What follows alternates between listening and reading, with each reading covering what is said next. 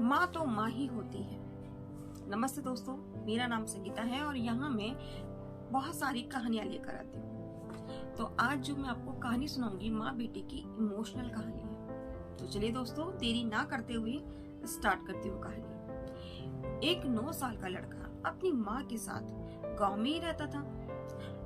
कल पास के गांव में मेला लगने वाला था। अब माँ ने सोचा कि कल मेरा बेटा मेले में जाएगा और उसके पास अपने बेटे को देने के लिए ना बिल्कुल भी पैसे। ये सोचकर माँ खेतों में काम करने चली गई और शाम तक कुछ पैसे लेकर आ गई। अब बेटा स्कूल से आकर बोला कि आज मैं खाना खाकर माँ ना जल्दी सो जाता हूँ क्योंकि मुझे कल मेले में जाना है। वो तो बहुत ज्यादा एक्साइटेड होता है। तो माँ ने कहा, अच्छा ठीक है बेटा, तुम जल्दी से ना सो जाओ।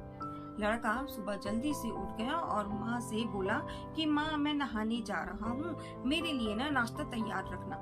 तो माँ ने बेटे के लिए गर्मा गर्म रोटी बनाई। अब चूल्हे पर दूध से भरा हुआ पतीला रखा था जो कि गर्म हो रहा था। जैसे ही गर्म होकर दूध में उबाल आया तो माँ ने देखा कि पतीला पकड़ने के लिए कुछ भी नहीं है। तो उसने गर्म पतीले को अपने हाथ से ही उठा लिया।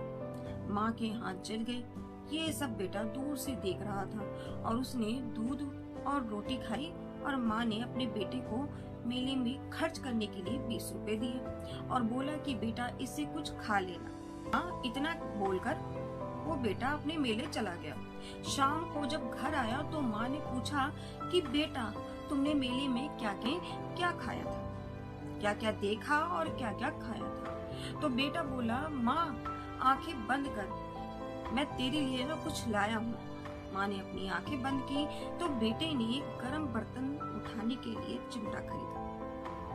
बेटे ने जब चिमटा माँ के हाथ में रख दिया ना और बोला, माँ अब तेरे हाथ नहीं चलेंगे। बेटे की अपने माँ के प्रति जो प्यार था ना, उसे देखकर माँ की आंखों में आंसू बहने लगे। माँ तो माँ ही होती है और माँ का कोई मुकाबला कर ही नहीं सकता। कभी भी उन्हें दुखी मत करना। आपको सब कुछ मिल सकता है पर माँ दोबारा नहीं मिल पाती। इसलिए हमें अपनी माँ का सम्मान करना चाहिए और उनकी सेवा करनी चाहिए। अगर आपको ये छोटी सी स्टोरी अच्छी लगी हो तो प्लीज अपने दोस्तों को शेयर कीजिए और अगर कमेंट में मुझे बताइए कि मेरी स्टोरी आपको कैसी लगती है।